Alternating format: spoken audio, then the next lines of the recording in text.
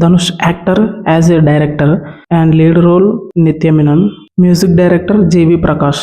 Idli Kottu movie simple story, simple characters. ఒక village తగలబెట్టండి sir Niranjan గారు. ఒక విలేజ్ లోనే షూట్ మొత్తం అయిపోతుంది అండ్ ఫారెన్ లో ఒక 20% షూట్ ఉంటుంది. ఇప్పుడు మూవీ ప్లాట్ విషయానికి వస్తే, మురళి వాళ్ళ నాన్న ఒక ఇడ్లీ కొట్టు నడుపుతూ ఉంటాడు అనమాట. ఇడ్లీ కొట్టే తనకు ఆధారం. వాళ్ళ ముత్తాతల నుంచి ఇడ్లీ కొట్టు నడుపుతూనే ఉంటారు. ఈ ఇడ్లీ కొట్టుని మురళి చూసుకుంటాడా లేదా అనేది ఈ మూవీ చిన్న ప్లాట్. కాన్ఫ్లిక్ట్ విషయానికి వస్తే, తను చూసుకోవాల్సిన ఇడ్లీ కొట్టుని వదిలేసి ఫారెన్ కి వెళ్ళిపోయి అక్కడ వేరే కంపెనీలో హోటల్ మేనేజ్మెంట్ జాబ్ చేస్తుంటాడు అనమాట.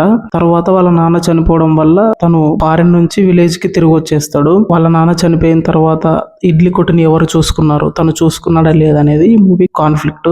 సింపుల్ గా అండ్ క్రియేటివిటీగా లీనియర్ స్క్రీన్ ప్లే తో వెళ్తూ ఉంటది మూవీ. ఎవరికైనా అర్థమవుతుంది ఇడ్లీ కొట్టు సాంబార్ మసాలా. గౌరవనీయులైన అప్పలనాయుడు గారికి అంటాననుకున్నావు కదా, బుర్ర చేత్తో కొట్టానంటే పుర్రె ఎగిరిపోద్దా అంత లేదు. థియేటర్కి వెళ్ళి ఇడ్లీ కొట్టు సాంబార్ మసాలా మూవీ చూడండి. నచ్చితే పార్సల్ తీసుకురండి.